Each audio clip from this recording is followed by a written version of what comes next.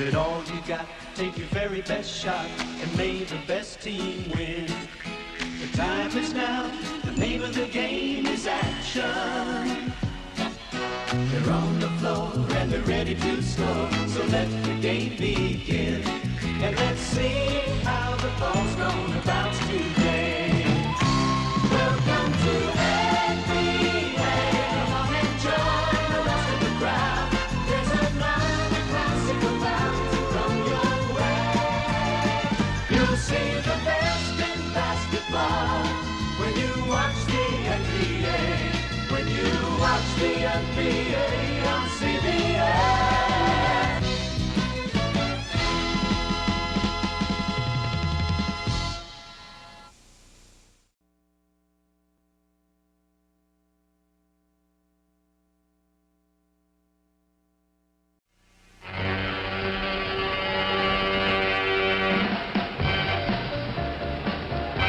You are looking inside the Boston Garden, where in just a few minutes, the greatest basketball show on earth, the NBA championship, will begin. It matches the surprising Phoenix Suns against the Boston Celtics. JoJo White of the Celtics, Mr. Consistency. Paul Silas, the chairman of the glass backboard. He will team up with Don Nelson, who will replace the injured John Havlicek in Tommy Heitz's starting lineup. And of course, the center, Mr. Hustle, David Cowens. And in the backcourt, Charlie Scott, who was traded by Phoenix to the Celtics. John Havlicek, tending to his injured left foot, will not start. May see some action. Over in the Phoenix locker room, the message is simple. Beat the Celtics, it's 120,000. And Rookie of the Year, Alvin Adams, is ready, talking to Keith Erickson. Garfield Hurd will team up front along with Curtis Perry. And in the backcourt for John McLeod's Suns, another rookie, Ricky Sobers, who will be there along with Paul Westphal, who was traded by the Celtics over to Phoenix. So, good afternoon, everybody, and a welcome here to the Boston Garden and Game 1 of this championship series. So nice you could be with us this afternoon. I'm Brent Musburger, along with Mindy Rudolph and Sonny Hill, and it is a pleasure today to welcome not only a marvelous basketball player, but also a very close friend of mine to this broadcast, Rick Barry. And I got to ask you off the top, big guy, why are you sitting here in this nice new sport coat and not out there warming up? Well, it's with mixed emotions, but it's mainly because of the fact the Phoenix Suns outplayed us in our series, and they deserve to be here, and they deserve a tremendous amount of credit. I think they played excellent basketball, and we just didn't play up to our capabilities. Rick, let's take a look at some of the highlights of that 7th game, the loss to Phoenix. And you can call them highlights. I call them the lowlights. All right. Well, here we see the first play with Phil Smith making an initial penetration and pitching it out to me for an open jump shot, something that we lacked a great deal of in the 3rd and 4th quarters of that game.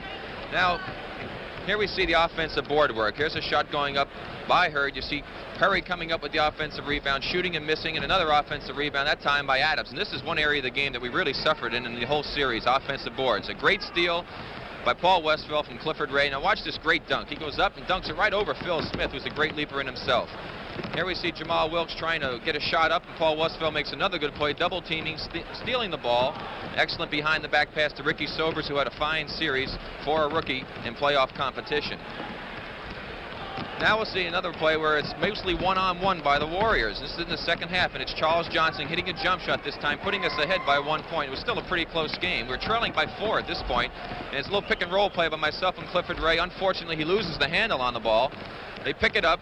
Gar Hurd pitches the ball out, and there's Van Arsdale pitching the ball to Adams. And Adams goes up and makes the dunk shot, and this is when they really started to pull away from us. The momentum really changed then.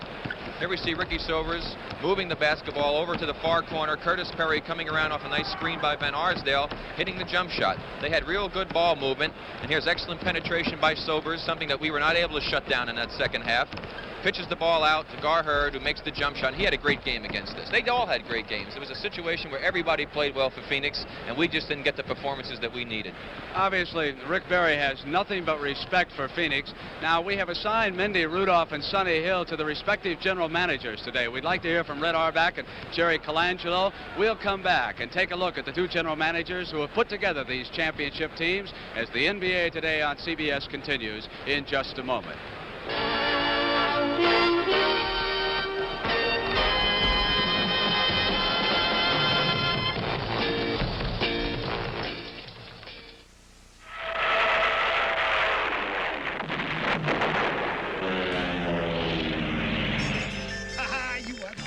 are beautiful.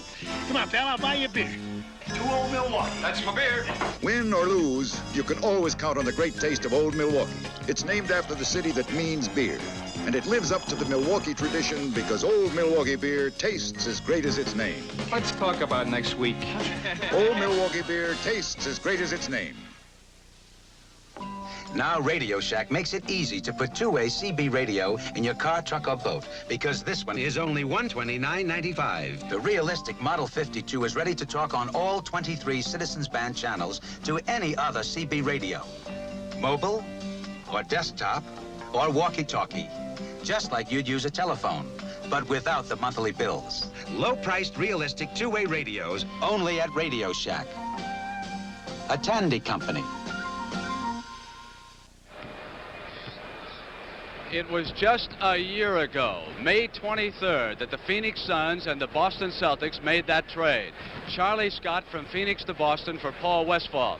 Charlie, in 12 playoff games, has fouled out of 6 of them. However, against Cleveland in Game 6, he came away with a sensational play. It was late in the ball game, and the Cavaliers were closing in on the Celtics, trying to get right back in the ball game. Charlie Scott was able to sense it. He intercepted the pass. He drove down for the basket that put it away. Let's find out more about that trade. Let's go down to Sonny Hill, who is with Red Auerbach. Sonny?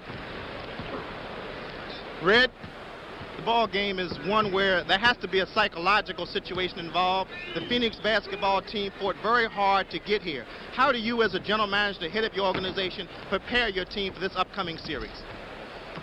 Well, as far as we're concerned, it's a final of an NBA playoff. We don't care who's here or how they got here.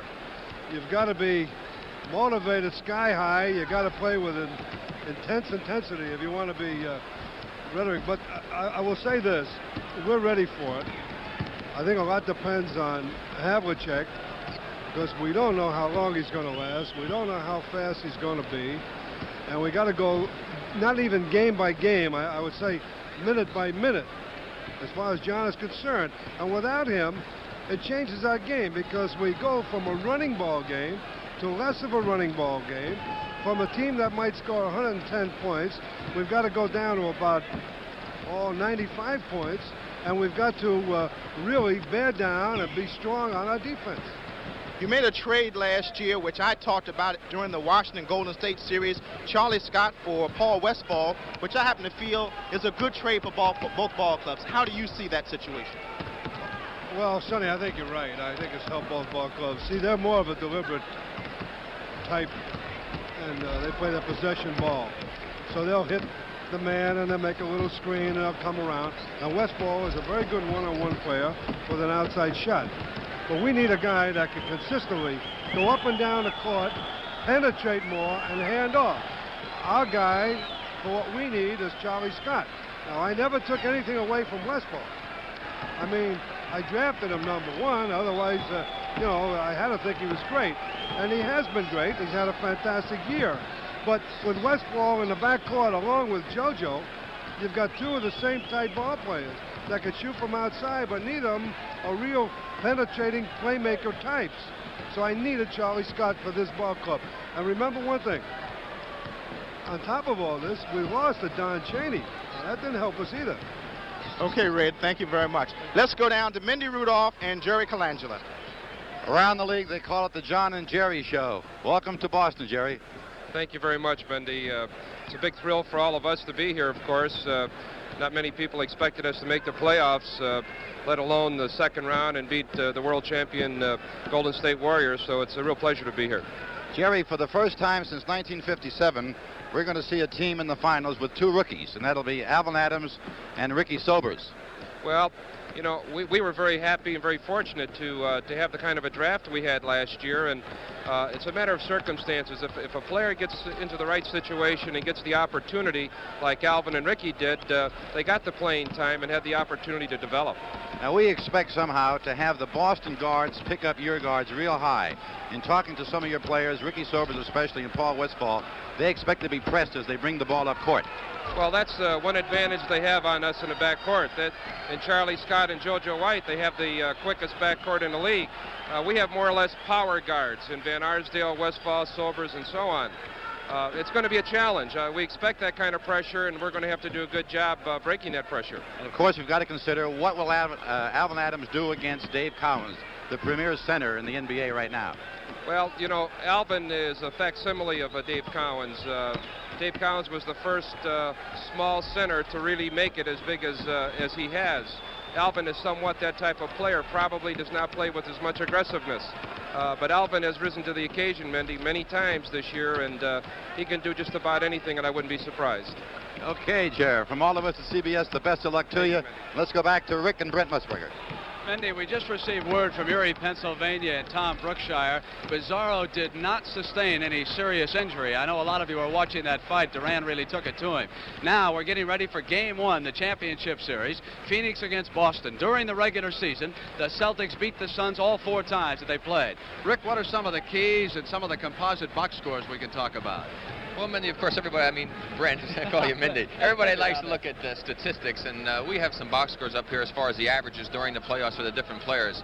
Let's take a look first at the Phoenix Suns. You can see that they had exceptionally good shooting percentages there in the second column, 46 for Hurd, 46, 45 for Perry, right on down the line, and they have to try to maintain that against the Celtics if they want to have a good chance. Also, they must do a good job on the boards. The Celtics have dominated the boards in their series plays thus far, and Phoenix did a good job against us for being one of the weaker rebounding teams. As far as Boston is concerned, they didn't have as good a shooting percentage from some of their people. Silas is way down in the second series against Cleveland, but he's still shooting 43. Cowens, 43%. So the edge a little bit has to go there as far as shooters with Phoenix. But I think what it really boils down to, Brent, is how well Phoenix is going to be able to handle the pressure put on by the Celtics and whether they can execute their patterns. They're a well-disciplined team. If they can't execute their patterns, the Celtics have a tremendous advantage. Also, the play of Keith Erickson and Dick Van Arsdale is going to be vital to the Suns' success. All right, we're just about ready for the opening tap, and we'll be back with it as the NBA Today on CBS continues in just a moment.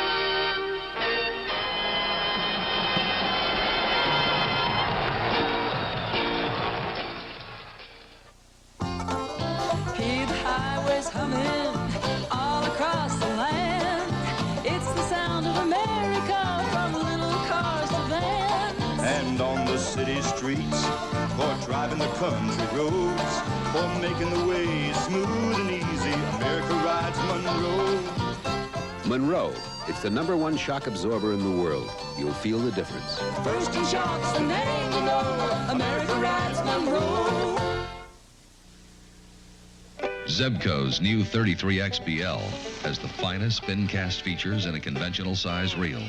Convenient, sensitive thumb touch drag, stainless steel ball bearing smoothness, interchangeable right or left hand retrieve. Zebco's new 33XBL with all the features fishermen want most. Reels and rods, camping equipment, Ben Pearson Archery. From Zebco, the folks you fish with. The NBA Championship on CBS will continue after this word from your local station. With the Summer Olympics still weeks away, they're already setting records for spending money. 60 Minutes tonight on CBS.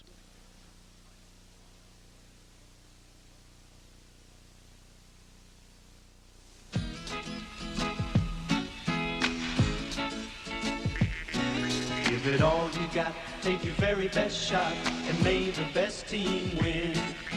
The time is now, the name of the game is action. They're on the floor and they're ready to score, so let the game begin. And let's see how the ball's gonna bounce today. Welcome to NBA. Come on and join the rest of the crowd. There's another classic about to come your way. You'll see the best in basketball when you watch the Today's NBA Championship game is sponsored by Datsun, America's #1 selling import for cars and trucks. Datsun saves. And by Light Beer, everything you always wanted in a beer and less.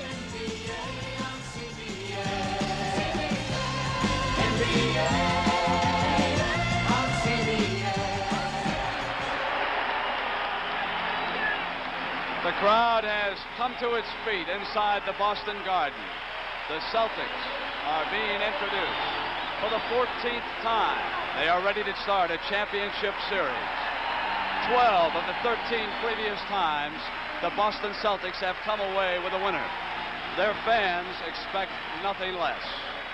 Tommy Heinsohn, the head coach, who has been bothered by an upset stomach and also an eye problem later this week, is as nervous as he always is and ready to get it on. As far as the matchups are concerned, Rick Barry, we have a couple of very interesting confrontations in this game. Obviously, all of us yesterday pointed out the battle of the boards and how critical that was going to be. Garfield Hurd will be assigned by John McLeod to take Paul Silas when the Celtics have the ball. We're going to have to watch and see if they're switching at the other end. Curtis Perry then is left with Don Nelson. Nelson replacing the injured John Havlicek. And then, as Rick Barry and Mendy Rudolph and Sonny Hill have pointed out all week long, the battle of the centers. Cowens against Adams. Can the rookie take charge and handle himself against Dave Cowens? In the backcourt, Charlie Scott, who is the best defensive guard the Celtics have, will try Ricky Sobers, a rookie who had a hot hand against the Warriors. The other matchup will pit JoJo White against Paul Westphal. Rick, do you see any other keys there? Well, actually, I think that the offensive boards is really going to be the key, Brent. In fact, we have a statistic that we're going to point out from time to time. How many times the team can score on offensive rebounds. I think that's going to be vital to the success of whatever team wins this ball game. And it should be a great matchup between Silas and Hurd, two tremendous offensive rebounders, and we'll try to get some isolation on them.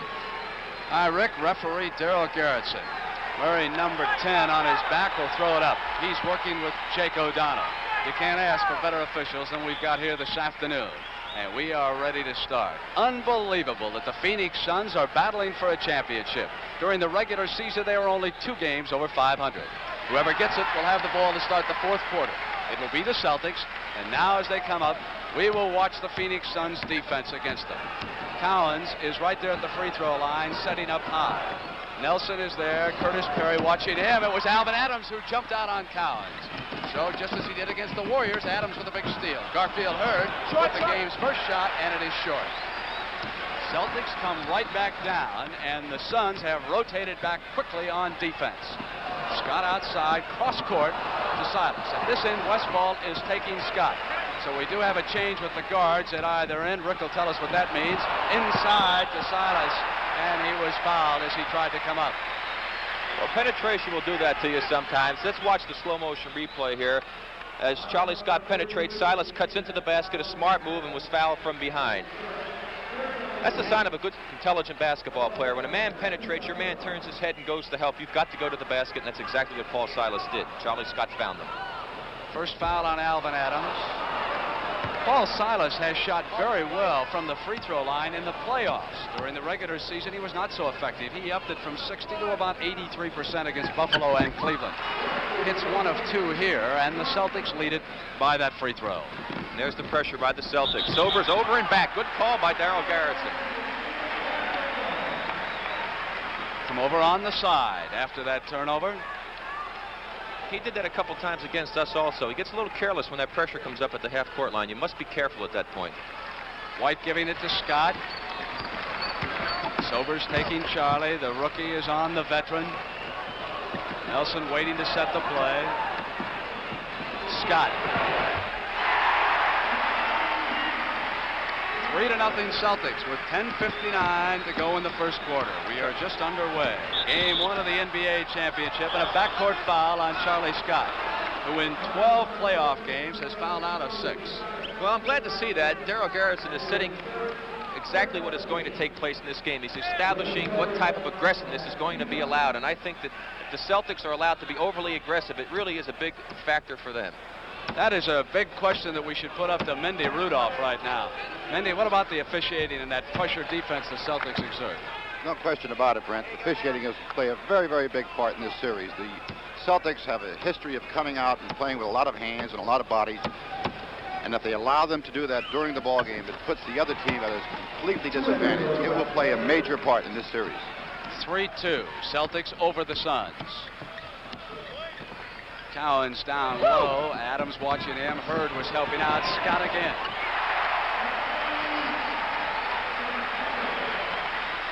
There's that pressure defense that Rick Barry was pointing out to you. Scott picking up Sobers. 5-2, Celtics lead. Sobers gets inside and hits Garfield Hurd.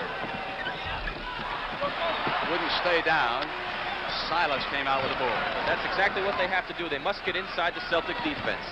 Intercepted by Hurd. On the turnover, here come the Suns. They can pull to within 1 point. 5-2. Hurd gives it off to Sobers. The guards of the Suns will cut all game long. Allen's got up and pounded the ball with his hand. We're going to see some incredible action underneath the boards in this series. So at the Celtic end, Rick, I see that Silas has been assigned to Perry, even though they've switched off right now, and Paul is over there on Garfield. Here's Westfall. Inside, great pass to Alvin Adams. Beautiful pass, and this is exactly what the Phoenix Suns love to do. They love to run the pick and roll plays. They love to run cuts to the basket. Now the Celtics ahead by 1, go back to working at his Collins inside. Silas with a second chance opportunity and a miss. Fine move by Sobers, turned around. Adams to the basket, lost control and traveled. Watch this last play now. Here we see Westfall dribbling the ball. Excellent roll that time by the rookie Adams. Beautiful pass, easy 2 points. That's what the game's about. It makes it easy when you play like that. John McLeod yelling instructions to his amazing Phoenix Suns. White gets away from Westfall momentarily. Phoenix forces them back outside. 5-4 Celtics. Scott for his 3rd field goal. Well, Charlie Scott has got the hot hand now, and he's doing things by himself out there. And they're going to have to move up on him and try to force him to put the ball on the floor. Sobers over on the right side. Garfield Hurd out far from the basket. Nelson pressuring him. 9:07 Hurd on the move. Gives it off to Curtis Perry. Collins up over everyone for the rebound. Celtics back quickly. JoJo White had it deflected and didn't get back on the ball. And here's Garfield Hurd. Didn't get any help that time. Here's Paul Westfall. Perry with a second chance has got it, and here's a chance for a 3-point play. Those are the plays that really hurt. An offensive rebound. Curtis Perry had inside position. Watch Paul Westfall coming down. He shot the ball. Perry already has it, lays it back up. Fouled by Nelson on the play. Curtis Perry really works hard on the offensive boards. In fact, of his 60-some-odd rebounds during the course of the playoffs, 47 of them coming to the offensive boards. He really hurt us badly there, and once again, 3-point play opportunity. We got a shot there, Rick, of John McLeod talking to Ricky Sobers. He works a great deal with his rookie guard. All tied at 7. 8 minutes and 40 seconds to go in the first quarter. Rick, I imagine this game is very important psychologically for the Suns. They have to prove to themselves they can play with the Celtics. As Don Nelson with a miss, rebound by Hurd. Not a very good shot by Don Nelson. That's a little bit out of Don's range. Certainly, if they feel if they can win the game, it's a fantastic advantage for them. But if they can just do a reasonably good job and stay close, it's got to also help them. Another great pick and roll play. That's Adams' strength, isn't it? That pass inside. Without question, he is a great passer for a big man, and this is what the Suns do so well. They continually run cuts to the basket, and if you are just a little bit late defensively, turning your head, Adams will get the ball to the man, and this time he got the ball to Perry. And that's 2 fouls on Charlie Scott, something we have to keep an eye on. On the team's side, 3 fouls against the Celtics, 1 against the Suns. Here's the play again. Look at Adams. He sees the man move to the basket, very alert. Charlie Scott with the foul. Perry trying to break the tie, and he does. 8:20 left first quarter. 8-7, Suns over Celtics, Game 1 championship series. Game 2 Thursday night, live on CBS. JoJo White drove the baseline, and it was offense. JoJo had the lane, and he used his left arm a little bit to clear Westfall out of the way. And we've had a lot of offensive fouls called here in the East. Rick, what about your series? That was a stepping on this the was step on the out-of-bounds line, He was not forced out of bounds. He stepped on the outside line. He was not called for the foul. Were there a lot of offensive fouls in that series, Golden State Phoenix? Not an exceptional amount, no. There have been with the Celtics and the Cleveland Cavaliers. As Sobers goes inside to Hurd, maneuvering, turnaround, uses the glass very well. That is patented Phoenix play. Little pick down below, get the big man down there and drop it to him. And that's where Hurd and Perry are so tough. 3-point Phoenix lead and 7:45 to go in the first. White gets inside, back quickly to Scott. Will he make it 4? And it was Hurd inside. You can see the position the Suns had, rebounding. They know how critical that area is going to be. Here's Sobers slowing it down. Garfield Hurd is not there. It's 4-on-5. Perry had it knocked away, and Silas apparently fouled it. Silas a little over-aggressive from behind. The big fact right now, Brent, is that Phoenix is playing their tempo. The Celtics are not running and playing their style of play. And here comes John Havlicek. Tom Heinsohn must figure that he needs a little bit of a moral uplift to get Havlicek in the game. This is earlier than they wanted to use John Havlicek. 10-7, Suns up by 3 in 7:20. Westfall 44 with the basketball. Celtics haven't scored in over 2 minutes. Turnaround is short. Now they've got a chance to pull within 1. Scott with the ball. Not a good pass. Right at Sobers. Here comes Garfield Hurd. Keeping the ball in bounds, or did he travel? Yes, he did. Well, we saw a couple of bad plays there. First of all, Paul Westphal forced up a bad jump shot. Then Charlie Scott tried to throw a bounce pass through 2 people. And Gar Hurd, who made the steal, couldn't get the handle on it and carried it. A little bit tight, I think, here in the early stages, which is to be understood in the championship series. We have a 20-second injury timeout with Joe Prosky tending to Ricky Sobers' right hand. Did he injure that against you? His right thumb. He jammed it against us, and he had to have a couple 20-second timeouts there also. And as you can see, he's got it taped fairly heavily. And that is on his shooting hand and his ball control hand. His emergence as a fine regular has helped John McLeod tremendously, because now he can bring Dick Van Arsdale, the veteran, off the bench, as he will before this first half is over. Offensive foul on JoJo White. And we're going to have a timeout. Tommy Heinsohn bringing the Celtics over. White sauntering over to the bench. It's 10-7. The Suns with a surprising performance here early in Game 1 of the championship series.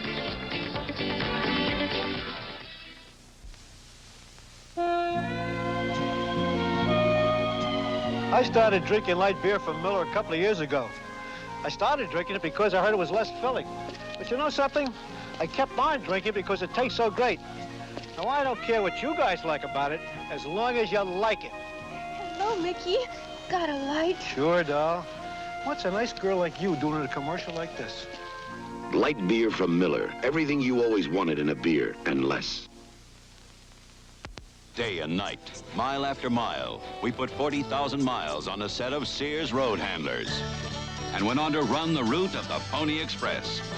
From Missouri to California, Road Handler, Sears' best steel-belted radio. It's the tire that ran 40,000 miles and then took on the rugged route of the Pony Express. Our widest radial design with more steel than before. The Road Handler, Sears' best steel-belted radio. Only at Sears.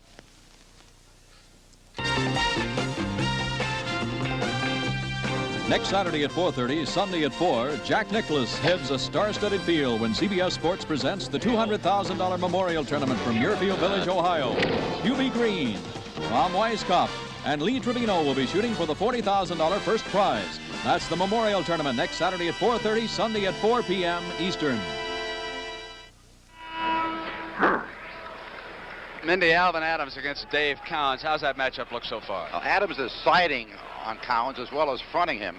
He's a very mobile young center, and he can play Cowens that way, which has committed Boston into 6 turnovers so far. Also, an interesting stat as we go into the second half of this quarter, Brent, is that Boston has 14 fouls as opposed to Phoenix, which just has 1. So Boston is in foul trouble, and we can look for Phoenix to drive to the hoop. Right, the reason for that is that cutting to the basket, they're getting inside the Celtic defense, whereas the Celtics have only gotten inside 1 time. They're relying on the perimeter. All right, Rick and Mindy, let's see if they can go to work now inside and what Heinsohn's timeout will mean. Here's Garfield Hurd at the perimeter this time. Didn't matter. He was hot. They say he's not a good outside shooter, but he sure can fire in those 18-footers. They're going to have to get up on him and take that shot away. 21 points in Game 7 against Golden State. So here's Hondo Havlicek with possession. Cowens cuts inside, and Celtics did not work that play well. He is not moving well at all. Cowens gives it back to JoJo White. Garfield, Hurd, and Perry are there. Curtis with a pass to Westfall quickly to Hurd, who got down. Is he hustling, Rick? Missed the shot, battle, second chance, turnaround. And David Cowens takes it off. And Curtis Perry is right there. Suns have come to play. Get ready for this championship series. Here's Westfall, baseline left side. Just missing, but if they had opportunities, it's 12-7 and 5-59. White applying offensive pressure for the Celtics. JoJo has to take that shot. That's the one that he can make off the break on the left side. He just loves it from 15 feet. They've got to move the ball up to get those good opportunities. That's Celtic basketball. I reckon the Suns are ahead of the Celtics by just 3 in 5:42 left in the first quarter. Adams inside to Sobers. That's Phoenix Suns basketball, but the ball won't fall for him right now. JoJo with a great move. Got away from Hurd and Sobers. Scott with a pass to Silas, and the ball got away and out of bounds. Well, the Celtics are really a little bit tight handling that ball. That's 8 turnovers now for them. And they got a break there because there could have easily been a foul called on Charlie Scott in that last play under the basket. Gerald Gerritsen and Jake O'Donnell are the 2 officials. Alvin Adams looking to pass. He can do it. Turnaround. Not there. And the Suns can't put the ball in the hole right now. 12-9 and 5-10. Here's Hondo. Off to Charlie Scott. Got inside. Blocked by Garfield Hurd. Silas comes around, rolls the right-handed hook. Up in the air goes Perry. Cowens is there. Perry with control, and here is Sobers. The Suns are doing a great job on their defensive boards and not allowing Boston to get 2 or 3 opportunities at the basket. Reminder, next Saturday at 4:30 p.m. on CBS, the Jack Nicklaus Memorial Day Golf Tournament. And here are the Phoenix Suns, leading by 3. And as Curtis Perry went to turn around, there was contact down there, and they have turned it over, a 3-second violation. So there was no foul, and Keith Erickson, he was sensational against you guys. Well, he broke our back, is a good way of putting it. He was really incredible, and he's coming in now for a little offense. John McLeod, a little unhappy that the ball's not going in the basket. He hopes Keith can help him out. Erickson averaged 14.5 points a game in the 7-game series against the Warriors. White using the glass, ball wouldn't stay. Look at that battle underneath, and Curtis Perry, who is working along with Garfield Hurd to keep Paul Silas and Dave Cowens from dominating. Again, the Suns bring it down. They lead it by 3 points. We've got 4 minutes and 18 seconds to go in the first quarter from the Boston Garden. Inside to Alvin Adams. Shoots up over Cowens. Come on. That's the advantage that they have with Adams. He's got a great outside shot, nice soft touch there, and he pulls Cowens away from the boards, enabling Hurd and Perry to get on the offensive boards. Mindy, they're bringing the ball back to this side. John McLeod is asking the same question I am.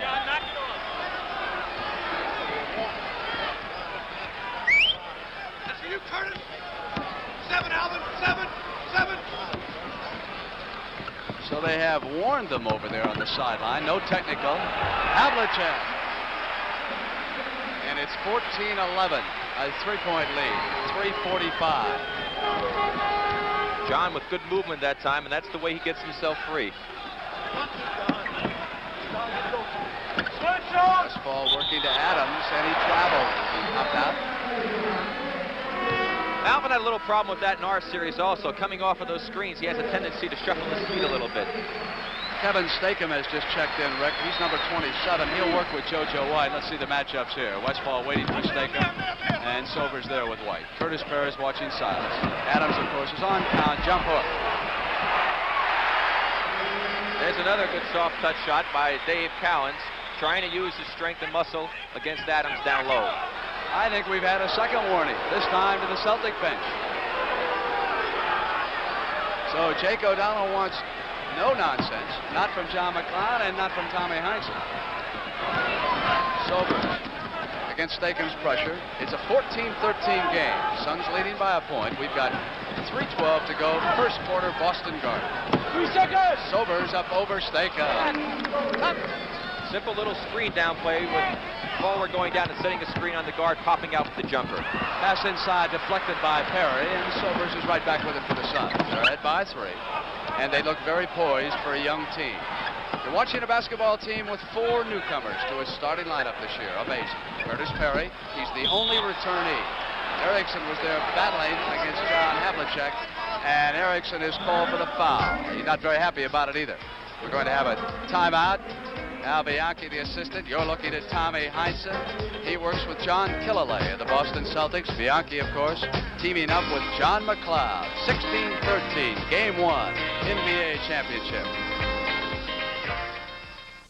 The Dotson's always been dependable. You know, after 95,000 miles, I think we both felt our Datsun still looked good. We were rough on the car, too. We had to go through some gravel roads, some rough fields, and we took it all over the place. And we can get a good, full life out of a Datsun. You betcha, yeah. It's always been dependable. Datsun dependability comes 14 ways. sedans, wagons, hatchbacks, trucks, and sports cars. Datsun saves. Our heads are stuffed with knowledge, our stomachs with cheese and ham. But this is life at college as we cram for each exam. Alka-Seltzer, plop, plop, fizz, fizz. Oh, what a relief it is. Plop, plop, fizz, fizz. Oh, what a relief it is. Those speedy Alka-Seltzer bubbles burst into action, speeding relief to your upset stomach and aching head. Oh, what a relief it is.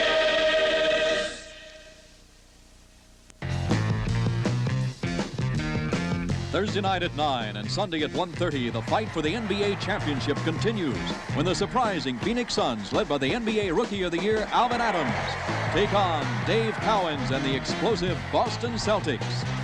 That's Thursday at 9 p.m., Sunday at 1:30 p.m. Eastern.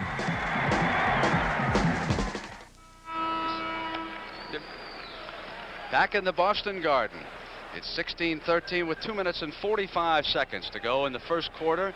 Game 2 will be right here in the Boston Garden, and all of the games will be carried on CBS. Rick, there's a statistic we're paying attention to. Yes, and it's a very important statistic.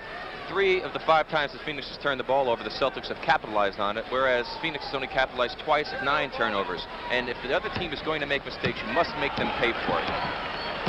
Kevin Stakem, who is giving Charlie Scott a rest, bringing it up for the Celtics. Silas and Havlicek are the forwards. Pass back to Silas, who cut off of Cowens. Erickson. Pass to Westfall, and here come the Suns, trying to increase that lead to 5 points. 2:29 to go in the first quarter. Rick, the Suns might have been just a little bit tight the last 5 minutes. They missed some marvelous scoring opportunities. Westfall with a miss. Here come the Celtics. Exactly. Paul Westfall is the one man who has not gotten the range yet, and if he does, the Celtics really have their hands full. Cowens. It's a 1-point lead by the Suns. Cowens putting the ball up from outside, as he will do. Perry waiting. There's a foul inside away from the ball. Kevin Stakem.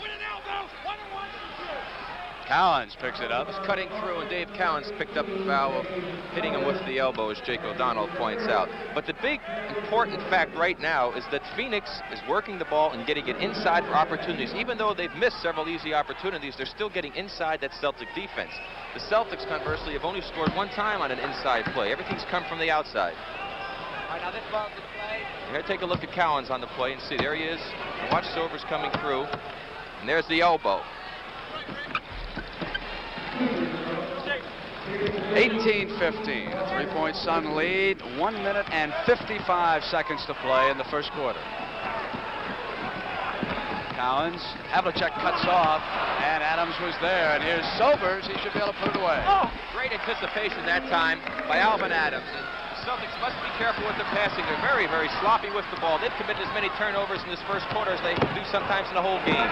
Hondo outside. He answers it right now. Makes it 20-17. He only played a few minutes against Cleveland the other night, Rick, but he dominated the game down the stretch. He came in, and it was his basketball game. I just wonder what's going to happen when he has that halftime rest and see if he can get warmed up again. Ball is short, knocked away by Havlicek to Cowens. The crowd thought that Erickson had fouled Hondo. Now John is back on the attack after getting off the floor. Curtis Perry, who was muscling Silas away, yanks it down. Westfall to Adams. Erickson was cutting through, and they stepped out of bounds. Both teams just a little bit tight with their passing, but another important fact, Phoenix is dominating the defensive boards. Paul Silas has not been getting in, nor Dave Cowens on that offensive boards, and they're doing an excellent job of that, and that's causing a problem for the Celtic offense. Looks like good body position. Fantastic blocking off before they're going. They're not releasing, they're blocking off first. Rick, we've come down to the last 50 seconds of the first quarter. Inside to Stakem. Paul Westphal got lost that time, turned his head to the ball, and his men went to the basket. Cowens made a great pass, seeing him go. Suns lead it by a point, and we're down to the last 30 seconds of the first quarter. Curtis Perry up against JoJo White, who'd switched over, and it was John Havlicek who controlled that. Cowens picked it up, long pass to Stakem, slicing toward the basket. He's got it, and it is Kevin Stakem who has hit 2 quick field goals and a chance to add a free throw. Here's the play again. Dave Cowens with a fantastic lead pass over Sobers right to Stakem, who takes it in, makes a good move, and Sobers fouls him on the hand. And this is what Dave Cowens does so well, and what the Celtics is known for, that fast break opportunity on the long pass.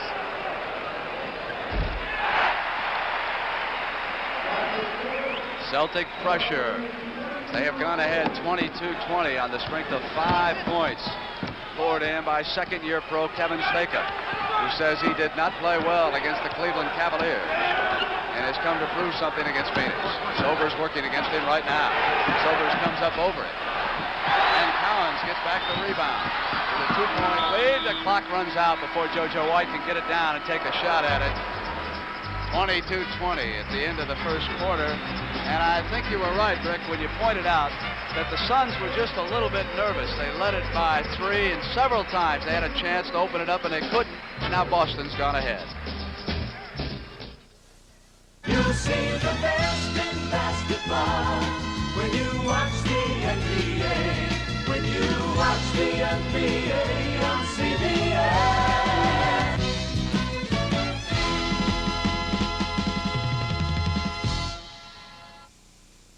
How AMF made the weekend. One day, Monday came to AMF for help. Can you help me? I'm feeling very blue. What's the matter? Nobody likes me. Why not? Lousy, rotten day. Lousy, rotten I'm the first day of another work week. They're all grumpy and mad.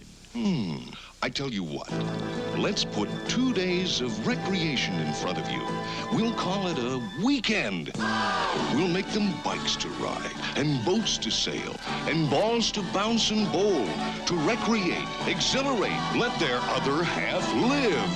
AMF. We make Ben Hogan golf equipment, Sunfish sailboats, Voight balls, Hatteras yachts. We make weekends. And since AMF has been making weekends, Monday's been a happier day. Thank you.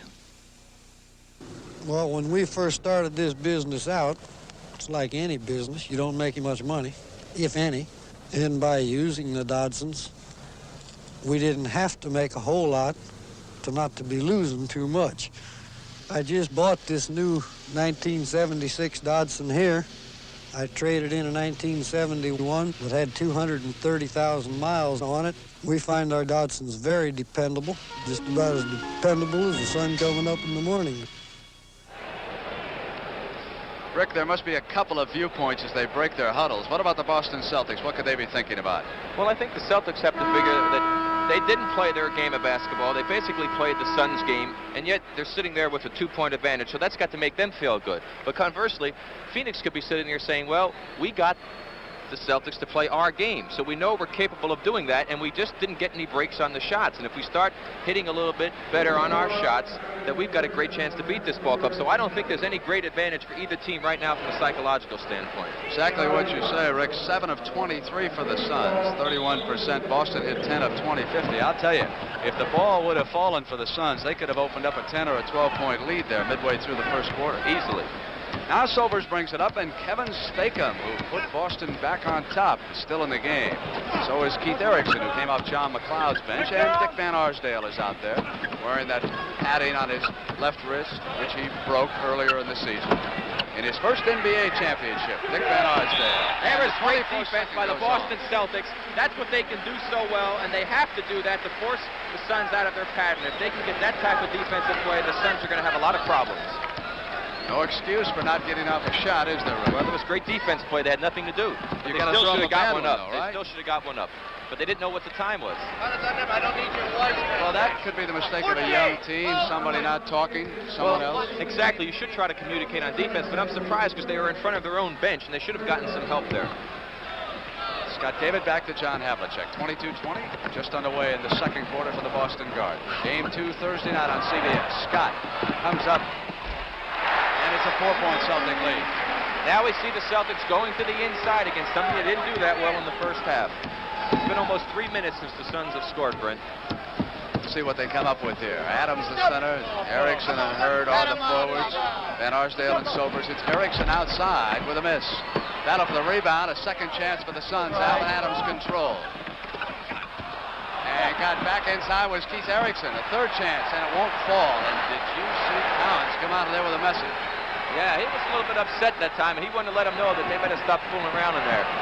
Stakem rolling through the lane, battling, controls it again, and he comes up with a pass to Collins. And here's Steve Kaburski. Taken down by Alvin Adams. They're still doing a great job on the defensive boards, and that's the important thing. That was a lucky offensive rebound that time for the Celtics. Rick, the only player with 2 fouls so far is Charlie Scott. He has come back after rusty. Erickson working against Havlicek. Hondo with a block. Erickson steps on the out-of-bounds line. 24-20. Celtics up by 4. Let's watch the play here. We'll see Erickson cut down the middle, get the bounce pass, go up for the shot. John Havlicek with great timing. He really jumped well that time off that foot. Of course, he used a little bit more power on the right one rather than his left one.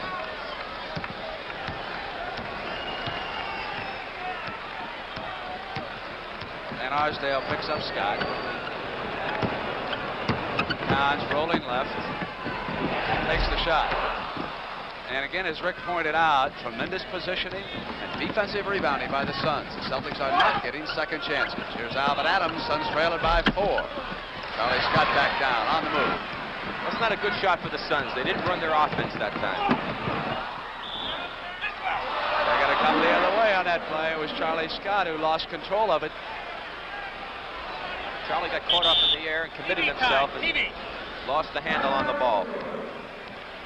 Got a timeout coming up here, and Dennis Autry, number 21, will be checking in to replace the Rookie of the Year, Alvin Adams, when we come back to the Boston Garden in Game 1 of the championship.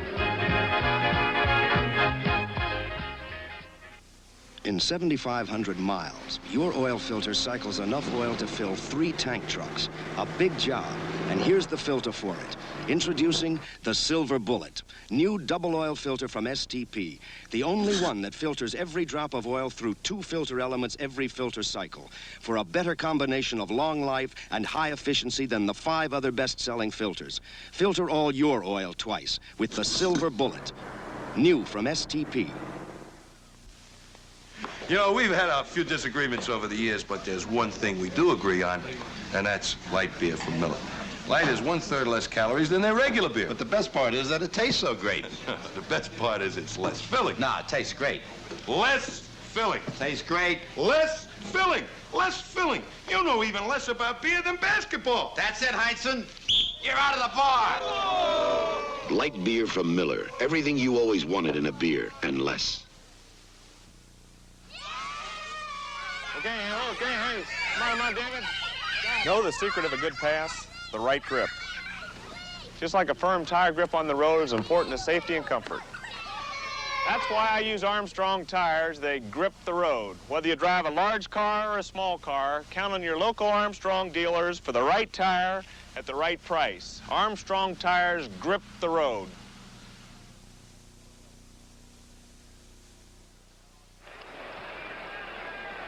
Mindy, I understand that you have just thrown Tommy Heinsohn out of that saloon for the 500th time. What do you got on some shooting percentages over there? We have no one really shooting well on either team, and I think that if either team would start hitting the basket with any consistency, they're going to open up a lead here. Somebody has got to start shooting and get a hot hand. Nobody has had it up till now. 9:35 to go in the first half, and it's 24-20. Over 4 minutes since the Suns have scored. And what they've got to do, and they're doing it now, they're running their offense again. They can't go out of that offense and start Shot taking clock bad down shots. inside of 5 again, Rick, as Hurd comes up over Kaburski, races to the ball. Second chance for Garfield Hurd, and there was contact as he came up that time. Well, they got a break there. He had to take a difficult shot. He forced it up, but wisely he ran after it, knowing darn well it didn't have a chance to go in, and he got the ball back, and he got the second opportunity and picked up the foul. But they have not run their offense in the last 4 or 5 minutes. They're starting to go away from it, and if they do that, they're going to play right into the Celtics' hands. CBS has come up with an answer to Evel Knievel. Be watching at halftime, and you'll see exactly what I mean. Battle for the ball. Stakem races back. Westfall hits it. Suns with control. 9:14. Still a 4-point Celtic lead. Garfield Hurd. Kaburski raced over there to front him. Forced it. And Collins passes off to Charlie Scott. And Autry got back on the block. We saw 2 great defensive plays that time. The first one was by Steve Kaburski, who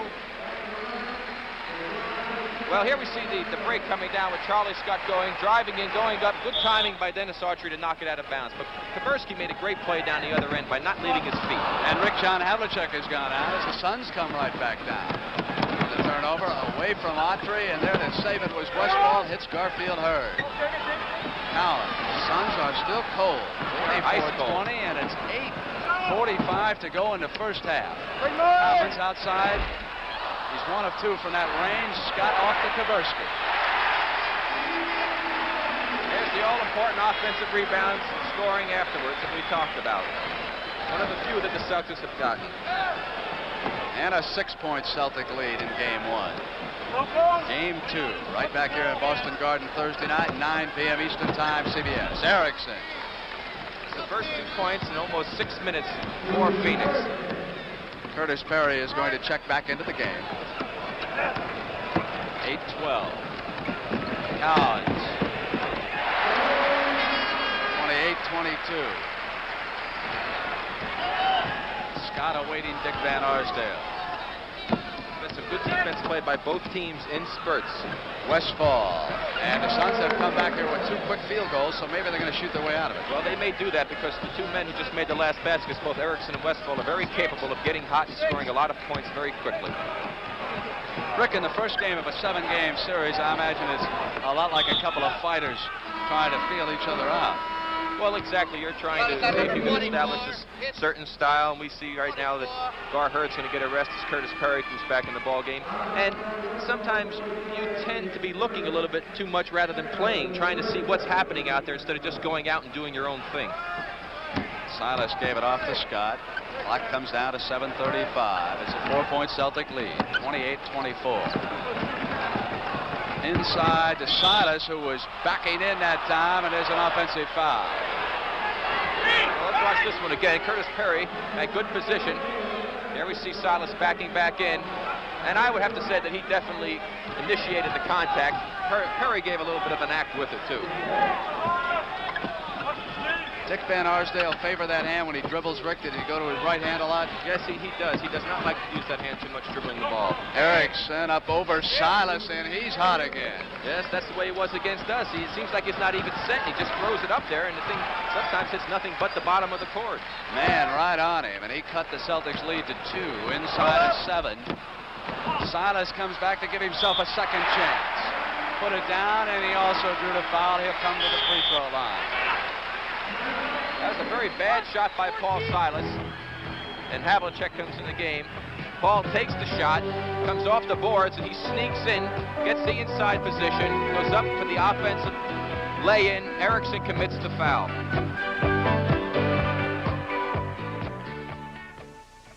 Unbelievable as it may sound, my first Datsun had 150,000 miles on it before I ever relined the brakes.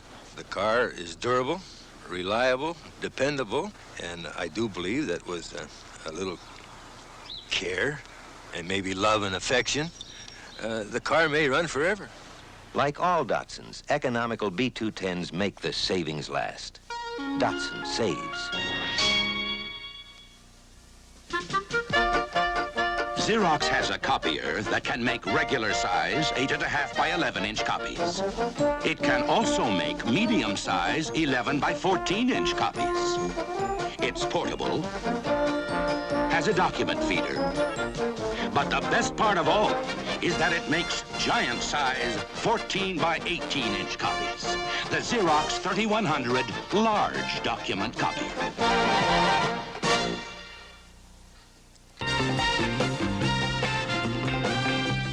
Next Saturday at 4:30, Sunday at 4, Jack Nicklaus heads a star-studded field when CBS Sports presents the $200,000 Memorial Tournament from Muirfield Village, Ohio. Hugh B. Green, Tom Weiskopf, and Lee Trevino will be shooting for the $40,000 first prize. That's the Memorial Tournament next Saturday at 4:30, Sunday at 4 p.m. Eastern. Mindy, Rick was pointing out the converted turnovers and what they've meant. What about an update on that? Boston has 13 turnovers, and Phoenix has converted into 13 points. Phoenix has 9 turnovers. Boston has converted into 10 points. So the turnovers are at a standstill right now. Neither team, again, Brent, is shooting particularly well. and just looking for someone to hit the open hoops, hit the open man, and possibly pull away here. That foul could have been very costly on Erickson. It was his third one, and he's one of the fellows who finally got a hot hand. In fact, he and Westfall are the only players on Phoenix to score in this quarter, and they hadn't scored in the first quarter. Of course, Erickson didn't play very much in that quarter. On the team side, Rick, 3 against Phoenix and 1 against Boston. Westfall gives it off to Curtis Perry. Cowens had jumped over there on him. Silas with Autry, and Autry takes the shot against the buzzer. You could hear it as it just went off in the background. They came down to 1 second to get that shot off. It was not a good shot either. Here's White off to the top of the circle, and Hondo up. Cowens tries to save it, but batted it back to Westfall. That's 6:15. It's 30-26. Suns trailing the Celtics in the first half. Turnaround by Keith Erickson. Cowens hustling down to the other end. Passing to Scott. David on the trail. Drives right past Autry, gives it off to Scott. That's a basket for the Celtics, but Paul Silas never left the 3-second area from the time Dave Cowens had the ball that time. He was having a little camping experience in there.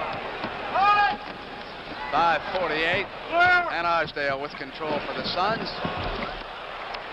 And it's 32-28. Another man who can really hurt the Celtics, Dick Van Arsdale. Havlicek again. A little luck never hurts in this game, Brent. Charlie Scott with a terrible shot. The ball bounced right back to John Havlicek, and he buried it for the Celtics. 6-point Celtic lead. 5:15. Perry came around. Autry went to the baseline on the right side and hit it. Now it's 34-30. 5:07 to go in the first half.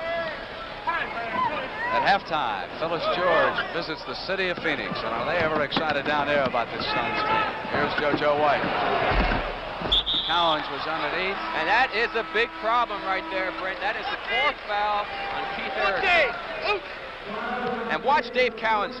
Well, you can't see him establish the position, but now he has great inside position. The ball's coming off. He's going to get an easy basket. Erickson sees that and just pushes him right out of the way.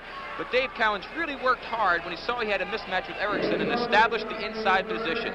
Very intelligent play. Let's watch the play now. There he is. He's got Erickson on his back. He establishes the position, keeps him right there. Sees the shot going up. That is great basketball. That's the way the game is meant to be played. And Rick, just as you pointed that out, Erickson went out of the game, and they also took Autry out. So Alvin Adams is here. Garfield Hurd is back. Hurd, Perry, Adams, Westfall, and Sobers. John McLeod's 5 starters are on the floor. Cowens comes up over Curtis Perry with a field goal that puts the Celtics ahead by 6, 36-30. 4:32 to go in the first half. Havlicek, Cowens, White, Silas, and Scott on the floor for Tommy Heinsohn. Perry turn around against Hondo. Cowens looking for the outlet to Havlicek. Thought better of it when Perry stepped over and jumped. Now White with control. Celtics getting a lot of good movement out here now. Here's White. Back to Charlie Scott, who comes up firing. That's not a good shot. They moved the ball very well, and they got a lousy shot out of it. Here's Perry waiting. Garfield Hurd slides inside, and Charlie Scott fouled him, and for Scott, that's his 3rd foul. Right, and once again, not a very good foul on the part of Charlie. He had a big man outside away from the basket. Here's Gar Hurd looking at reaching in, trying to go for the steal, picks up a silly foul. Charlie's going to go out, Rick, and we're going to have Havlicek playing guard for the first time. Don Nelson is on the floor. So we do see one thing developing in this game. They are using John Havlicek a little bit more than they anticipated here in the first half. They hope to get by resting him a great deal in game 1. It's 36-30. Celtics lead it by 6. Cowens muscling Adams, and it was Garfield Hurd who came over, and there was a foul. Don Nelson got caught reaching in as Gar Hurd made his fake. Jake O'Donnell was right on top of it. Look at Heinz, disgusted look at his face. I guess he's probably one of the most demonstrative coaches in the league, and I can appreciate that because I do a little bit of that myself on the floor while playing. I have noticed that, Barry, a few times. It's not intentional, though. Dick Van Arsdale back, and Paul Westfall goes out. I mentioned that Phyllis George had visited Phoenix, and Red Auerbach is going to visit Alvin Adams at halftime. They're going to talk about coaching, I believe, on Auerbach at halftime. I am just told by the truck that they have changed. We're going to have Pete Maravich at halftime. I guess it'll be showtime, Rick Barry. There are few men who can handle a basketball as well as Pete Maravich at the New Orleans Saints, so don't miss that. 36-31, 5-point lead, 3:33. Collins waiting. Here's Don Nelson coming inside against Garfield Hurd, and there was a foul. They had pretty good defense being played right there, and Don Nelson was not going to be taking what you would call a high percentage shot, and he was bailed out that time on the foul by Hurd. That's the 5th foul. It's going to be the bonus situation. 3 chances for 2 for Don Nelson, who has a very unique style of shooting free throws. That's only the first foul on Hurd. Yes, he's been very aggressive out there, and fortunately, I guess for the Suns, he has not picked up a couple of extra ones. 3:27 on the clock. Nelson puts it down. It's 38-31, 7-point Celtic lead. The Celtic pressure has not been as fierce as I thought it was going to be, Brent. John McLeod wanted the timeout. Darrell Garrison giving it to him. The Suns walking over to talk to him. I was just about to make the same point, Rick. That time, they were just kind of running with the ball and waiting for the Suns until they came across the timeline, and then they jumped up on them and exerted pressure.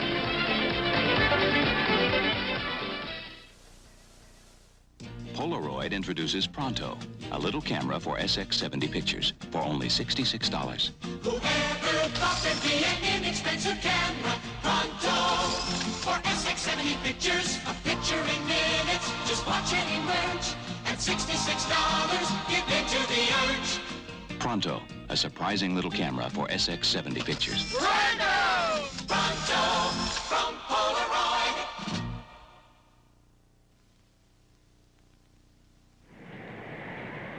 Born of the sea. Developed by a master mariner over 55 years ago to battle the terrible rust-producing conditions of the ocean. Today, Rust-Oleum coatings snap rusty metal back to new life on 101 items around the home. Many handsome colors. Brush, roll, or spray. Only Rust-Oleum says stops rust brand right on the label. Rust-Oleum, proven throughout industry, farm, and home. Thursday night at 9 and Sunday at 1:30, the fight for the NBA championship continues when the surprising Phoenix Suns, led by the NBA Rookie of the Year, Alvin Adams, take on Dave Cowens and the explosive Boston Celtics. That's Thursday at 9 p.m., Sunday at 1:30 p.m. Eastern.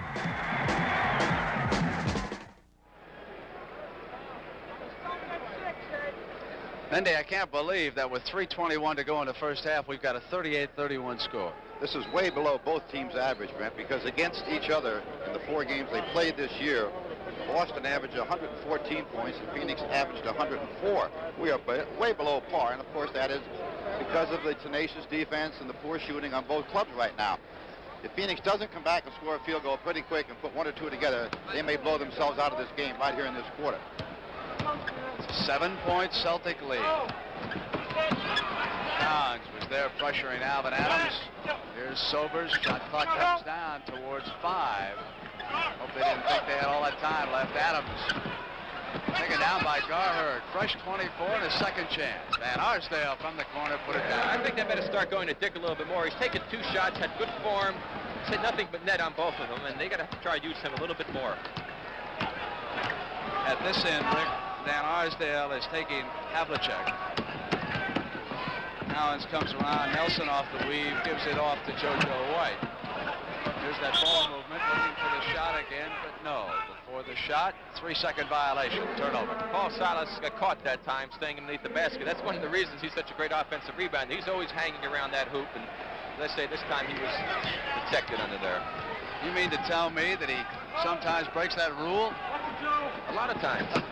Here's Alvin Adams up against Collins with a miss. JoJo White was on the other side. Very bad shot by Adams. He's forcing a little bit right now. He's got to move the ball, take his time, wait for the opportunity. Hondo. You see that screen that time by Dave Cowens? He just lifted Dick Van Arsdale right off the ground, gave Hondo the opportunity to sink the jumper. And a 7-point lead as a result of it. With 2 minutes and 5 seconds to go in the first half, Adams can't score. That's a better shot for him there. He got free of Cowens, had an opportunity to turn and take his time shooting the ball. Terry jumps off his man, picks up Havlicek. Move to Silas. Loose ball foul. Don Nelson just shoved Dick Van Arsdale right out from underneath the basket. Jake O'Donnell was right on top of the play and picked it up. It was John McLeod giving out some instructions and calling an offensive pattern for his team. Third foul on Nelson. On the team side so far, Rick, there have been only 4 against the Celtics in the second quarter. Adams from the corner has put down 2 in a row. Yes, John McLeod saw that Adams had good rhythm on his last shot and called the play, which pops the center out on a good screen down by the forward. So Adams has pulled the Suns to within 3, and Tommy Heinsohn immediately tells Steve Kaversky to go into the game, and we've got another foul.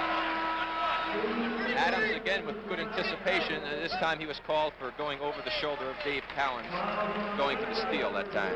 He does that a lot, but he has to be careful because if you can anticipate his attempting to do that, you can really burn him bad and get an easy basket.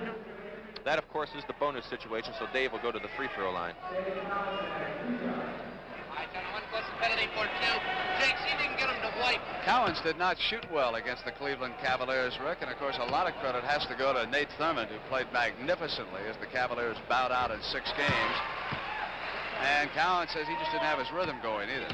Well, Nate has always been a great defensive player, and of course a taller man on a man who is a good outside shooter, if he's up on him, does create some problems. 42-37, 126 to go in the first half. Game 1 of the championship series.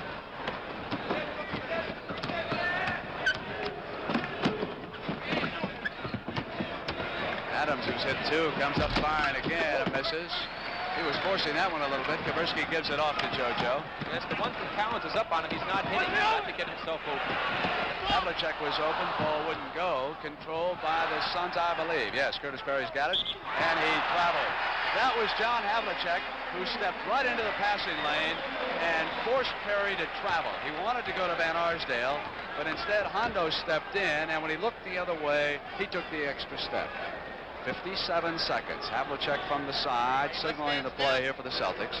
They lead it by 5 points. Kaversky rolling inside to Silas. Curtis Perry came up and he fouled it. Good pass that time by Kaversky. Now let's watch this play. Here comes Kaversky penetrating. Goes up in the air, draws 2 men to him. Excellent underneath scoop pass to Silas, who, as smart as he is, goes to the basket when he has that opportunity. There you saw the foul by Curtis Perry on the arm. But Paul Silas must be credited with making that play possible. If he had stayed in his normal forward position when Kaversky started the drive, Kaversky would have been caught up in the air and probably would have walked with the ball or had to force up a bad shot. Paul Silas, of course, once played for the Phoenix Suns. We make a great deal out of that Charlie Scott trade. But ever since Silas has come over here to the Boston Garden, the Celtics have been rough.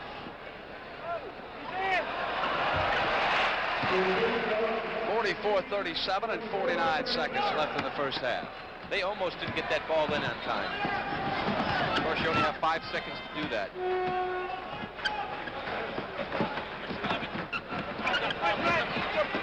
Adams waiting. Shot clock goes down to 10, and so Alvin just takes the shot. Well, he was lucky on that one, and I think he's got to stop shooting the ball when Dave is on him. He just doesn't have that good a rhythm with a man pressuring him that tightly, at least not at this stage of the game. 5-point lead and 20 seconds to go in the first half. Kaversky gave it up, knocked right back to him. Here's White.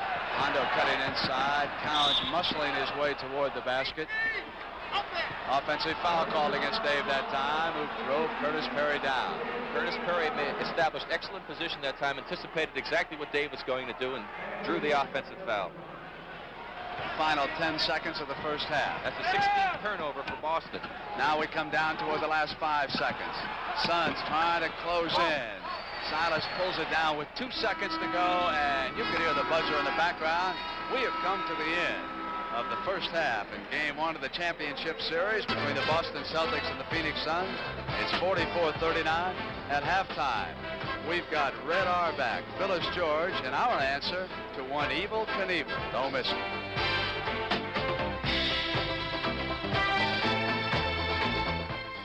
Today's NBA championship game is sponsored by Datsun, America's #1 selling import for cars and trucks. Datsun saves. And by Johnny Miller Menswear, a new and smart way to say style, only at Sears. You'll see the best in basketball when you watch the NBA. When you watch the NBA on CBS.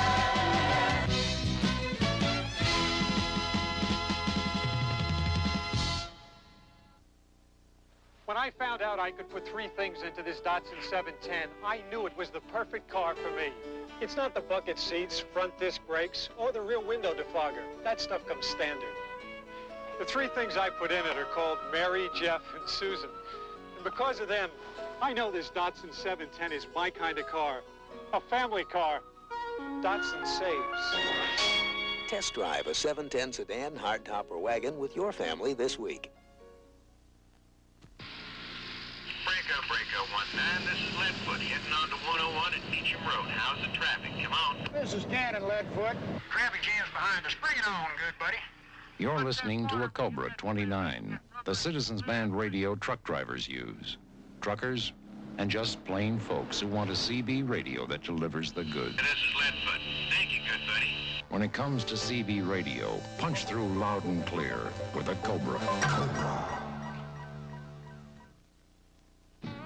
If you couldn't register to vote last time around, do it this time around.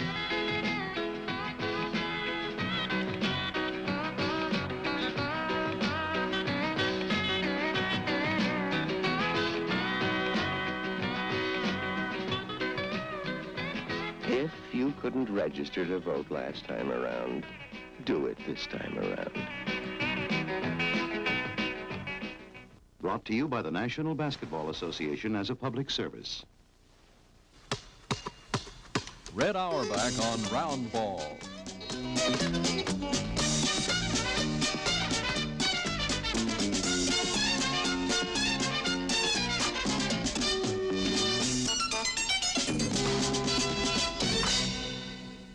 Red Auerbach on Round Ball is sponsored by Consolidated Cigar Corporation, makers of Dutch Masters cigars. Here in the Caribbean, Jaime Moscoso, a master of the soil, breeds tobacco for Dutch Master cigars. Today he must select the best plants so that flowers can be bagged to protect the purity of their seed. Bagging is a master's way to be sure the great taste of Dutch Masters doesn't change. Now you know why a Dutch Masters like the elite is worth more. There really are masters at Dutch Masters.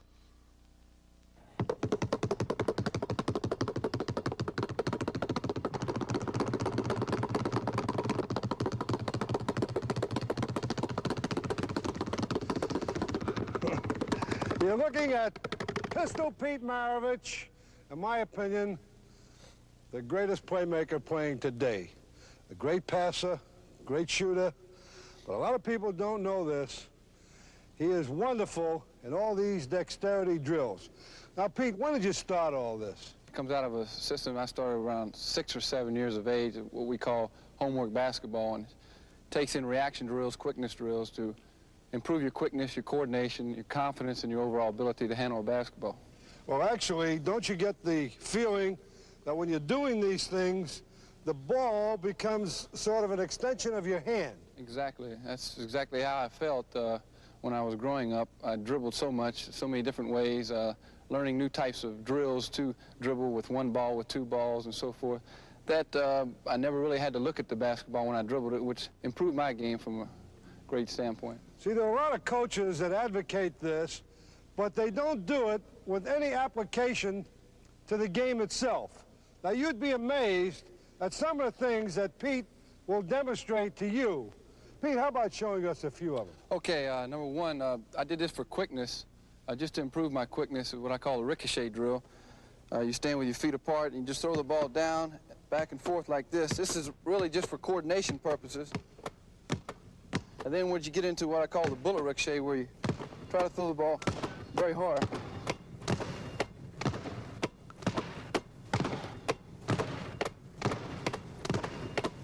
And catch it behind, that's one. Beautiful. Another one, a very good quickness drill that I haven't really done that much, Coach, except in the summertime, but the object is to put the ball behind your knees The object of this drill is to clap your hands in front and catch the ball before it hits the ground. It requires a lot of mental concentration, and I don't even know if I'll be able to get it, but I'll try.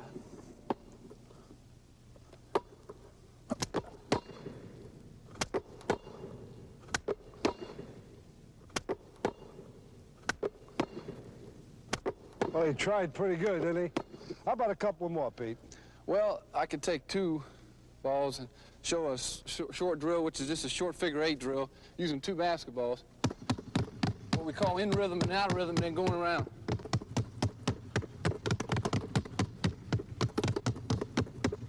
This really increases your ability to handle a basketball. Now, when you see a loose ball, and that ball is a couple inches from the ground, don't you feel real superior to the next guy, knowing that you could start a dribble from that low position? Exactly. One of the best moves I have, particularly as an individual, is putting the ball out in front of somebody, and as they go for it, do what I call a stutter dribble, back over like that. Try that again. If I'm guarding you. You got your hand there. Put that. If I'm guarding him, I have a feeling that I might be able to get that ball. But through all this dexterity practice, he knows that he could beat my reaction and go by me. Now, would you advise young players out there to do those things? A kid needs speed, quickness, and ability to have coordination, and through these drills that I do particularly, it really helped my game, and I can only wish that everybody would try to do something with the ball, because what it basically does is give you great confidence in your overall ability. When you can do something a little bit different, so forth, it really helps you. So what you've just seen has a definite purpose. Think. When you work at it, keep telling yourself, how can this help my game? So you can work on it hard, knowing that this will improve your game. When the Dutch Masters tobacco buyer comes to Colombia, South America, he visits tobacco dealers like me, Lorenzo Hernandez. He's looking for only the top grades of tobacco for Dutch Masters. And he knows all the Masters' tricks to make sure he finds them. Like this. Now you know why a Dutch Masters like the President has such good taste. There really are masters at Dutch Masters. Red Auerbach on Round Ball has been sponsored by Consolidated Cigar Corporation, makers of Dutch Master cigars. There really are masters at Dutch Masters.